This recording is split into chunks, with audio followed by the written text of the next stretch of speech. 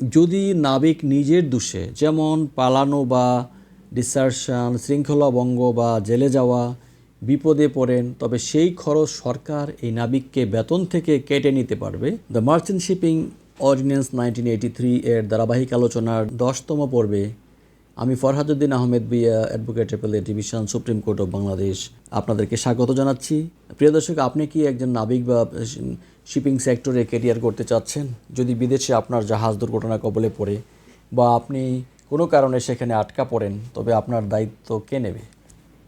আজকে আমরা আলোচনা করব বাংলাদেশ মার্চেন্ট শিপিং অর্ডিন্যান্স 1983 এর চ্যাপ্টার 14 নিয়ে, যা মূলত ডিস্ট্রেসড সিমেন বা বিপদে পড়া নাবিকদের নিয়ে লেখা। 173 ধারা অনুযায়ী এই নিয়মগুলো শুধু সাধারণ নাবিক নয়, বরং যারা শিক্ষানবিশ বা অ্যাপ্রেন্টিস তাদের জন্য প্রযোজ্য হবে। প্রিয় দর্শক, সেকশন 174, সরকার নিয়ম তৈরি করতে পারে কিভাবে একজন নাবিককে উদ্ধার করা হবে, এ সম্পর্কে বলা আছে সেকশন 174-এ।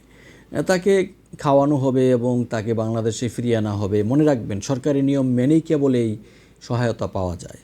আরেকটি বিষয় যে কনসুলার অফিসারের দায়িত্ব এবং খরচ, দ্য কোর পার্ট, এটা এখানে আমরা দেখি যে বিদেশে কোনো নাবিক বিপদে পড়লে সংশ্লিষ্ট এলাকার, অর্থাৎ বাংলাদেশ যে কনসুলার অফিসার আছে, তাকে পোশাক, খাবার এবং দেশে ফেরার ব্যবস্থা করে দেবেন।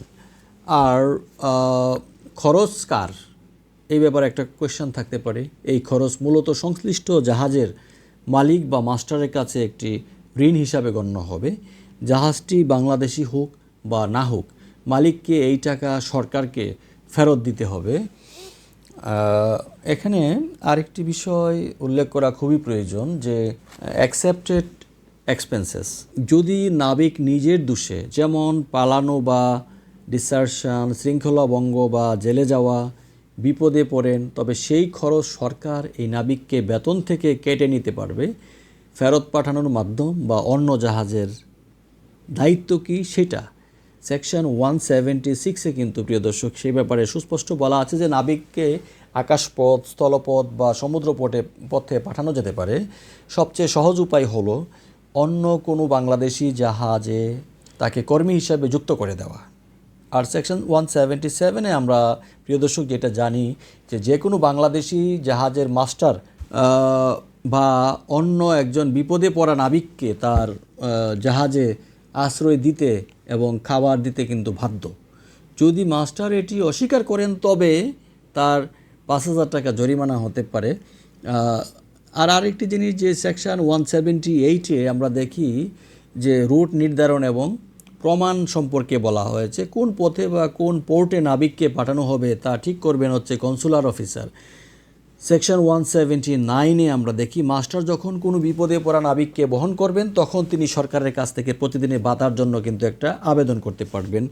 আর 180 ধারায় আমরা দেখতে পাই, সরকার যদি কোনো নাবিককে ডিস্ট্রেসড বা বিপদে পড়া বলে সার্টিফিকেট দেয়, তবে আদালতে সেটাই চূড়ান্ত প্রমাণ হিসাবে গণ্য হবে। এই আইনটি আমাদের নাবিকদের বিদেশের মাটিতে এক বিশাল সুরক্ষা কবচ হিসাবে কাজ করছে। তবে মনে রাখবেন যে নিজের পেশাগত দায়িত্ব পালন না করলে বা আইন ভাঙলে এই সুবিধাগুলো কিন্তু হারানো যেতে পারে। আজকের এই আলোচনাটি যদি প্রিয় দর্শক আপনাদের ভালো লাগে, তাহলে অবশ্যই আমাদের সাথে থাকবেন। ধন্যবাদ সবাইকে। পরবর্তী আলোচনা আপনাদের সাথে আবার নিয়ে আসবো, সেই প্রত্যাশায় আজকের মতো এখানে শেষ করছি। চলুন দুর্নীতিমুক্ত বাংলাদেশ গঠন করি।